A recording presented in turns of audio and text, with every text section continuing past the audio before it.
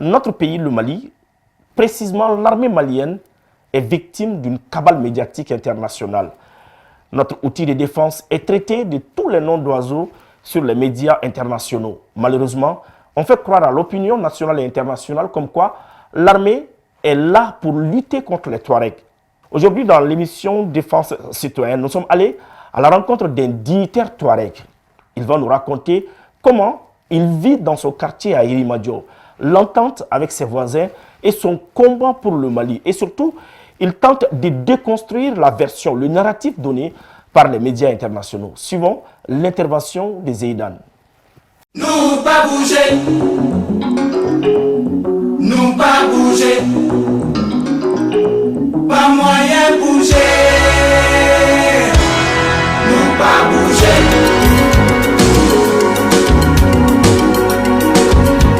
Je pense sincèrement que c'est une vie d'esprit. Mais je rappelle que des populations touareg, des leaders historiques, traditionnels touareg, font partie de ceux qui ont appelé à l'indépendance du Soudan français, qui est devenu République du Mali. Et le chef de ma tribu, Chamnamas, du cercle de Gao, fait partie de ces hommes. Il est médaille d'or de l'indépendance de la République du Mali, médaille d'or numéro 197. Donc ça dément toutes les rumeurs concernant que les Touaregs sont séparatistes et n'adhèrent pas au projet de l'État et de la République du Mali depuis le 22 septembre 1960. Je n'ai jamais adhéré aux extrémismes, quelle que soit la qualité ou la teneur de l'extrémisme, qu'il soit un extrémisme idéologique ou qu'il soit un extrémisme confessionnel.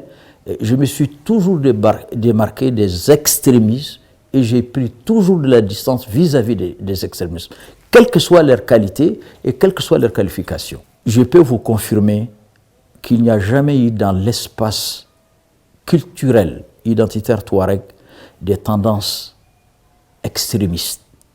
La société touareg est une société ouverte. C'est vrai qu'elle a été parcourue, elle a été traversée, elle a été déstructurée par plusieurs courants, à la fois confessionnels, à la fois idéologiques, avec la montée des intégrismes religieux et même identitaires et même religieux dans les années 1972. Ce n'est pas seulement valable pour les Touaregs, c'est valable aussi pour les Peuls, c'est valable aussi pour les Arabes, c'est valable aussi pour les Dogons. J'ai toujours appelé et j'ai toujours dit et motivé mon narratif et mon argumentaire en disant aux Touaregs, aux Arabo-Touaregs, aux Maliens tout court, qu'ils soient du nord, qu'ils soient du centre, qu'ils soient du sud, qu'il faut éviter les amalgames et les extrémismes qui nourrissent le terrorisme, qui nourrissent la terreur, qui nourrissent le mal-vivre. J'ai toujours déconstruit les clichés et vous pouvez témoigner. Les archives de la République, les archives de l'ORTM, parce que je suis un homme présent quand même sur les réseaux sociaux et dans les médias nationaux, je n'ai jamais été censuré. J'ai toujours donné mon point de vue et ce point de vue, je l'ai exprimé depuis le 11 avril 1992 avec la signature du pacte national. J'ai fait le choix de la République du Mali, j'ai fait le choix de l'État du Mali. Ma dédicace est la suivante, c'est mon serment. Je dois indiscutablement et irréversiblement servir l'État et accompagner la République du Mali jusqu'à mon dernier souffle. Je suis un homme épanoui. Je pense que j'ai eu l'habitude de vous le dire. Dieu merci, j'ai fait le choix de vivre à Bamako, de rester à Bamako, d'accompagner la scolarité de mes enfants, leur scolarisation. Et Dieu merci, aujourd'hui, j'ai atteint ce qu'on appelle, il n'y a pas de bonheur absolu, mais j'ai atteint un bonheur relatif.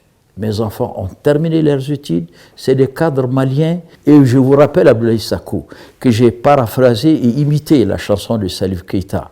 Je vous ai dit quand ça chauffait ici, et vous avez les éléments, nous pas bouger. Moi, je m'appelle nous pas bouger. J'ai la meilleure relation avec les voisins.